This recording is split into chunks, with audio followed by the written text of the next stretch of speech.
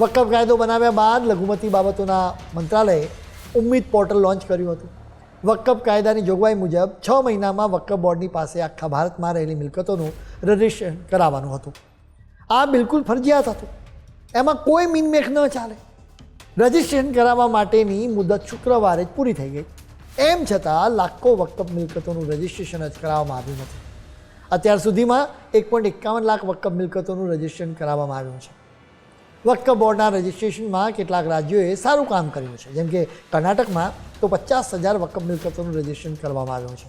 પંજાબ અને જમ્મુ કાશ્મીરમાં સારી સ્થિતિ છે. અનેક મોટા રાજ્યોમાં રજિસ્ટ્રેશન પૂરતા પ્રમાણમાં કરવામાં આવ્યું નથી. વકફ બોર્ડની મિલકતોની રખેવાળી કરનારાઓ કહે છે કે પોર્ટલનું કામ બરાબર નથી. જુદા જુદા કારણો આપવામાં આવ્યા, જેને લઈને ભારત સરકાર સમક્ષ રજૂઆત કરવામાં આવી કે તમે 6 મહિનાની મુદત વધારો.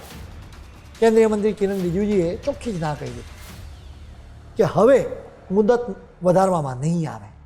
જોકે વકફ તરફથી ઘણા બધા લોકો આગળ આવ્યા કે પોર્ટલના પ્રોબ્લેમના લીધે રજિસ્ટ્રેશન થઈ શક્યું નથી. એટલા માટે જ રિજિજુએ તેમને એટલું જ આશ્વાસન આપ્યું છે કે જે લોકોએ ખરેખર રજિસ્ટ્રેશન માટે કોશિશ કરી હશે પરંતુ ટેકનિકલ ખામીના લીધે નહીં થઈ શક્યું હોય તેમના માટે કોઈ ઉપાય શોધવામાં આવશે. માત્ર ને માત્ર આવા લોકો માટે જ 3 મહિના સુધી કોઈ આકરા પગલાં લેવામાં નહીં આવે. તેમને ભારે ભરખમ દંડ નહીં કરવામાં આવે. આવા લોકોને જ રજિસ્ટ્રેશન માટે ફરી તક મળશે. હવે જે લોકોએ અત્યાર સુધીમાં કોઈ રજિસ્ટ્રેશન જ કરાવ્યું નથી, એના માટે કોઈ કોશિશ જ નથી કરી, તેમને વકફ ટ્રિબ્યુનલમાં જવું પડશે. તમને ખ્યાલ હશે કે વકફ કાયદાની વિરુદ્ધ કેટલાક લોકો સુપ્રીમ કોર્ટ પણ ગયા હતા.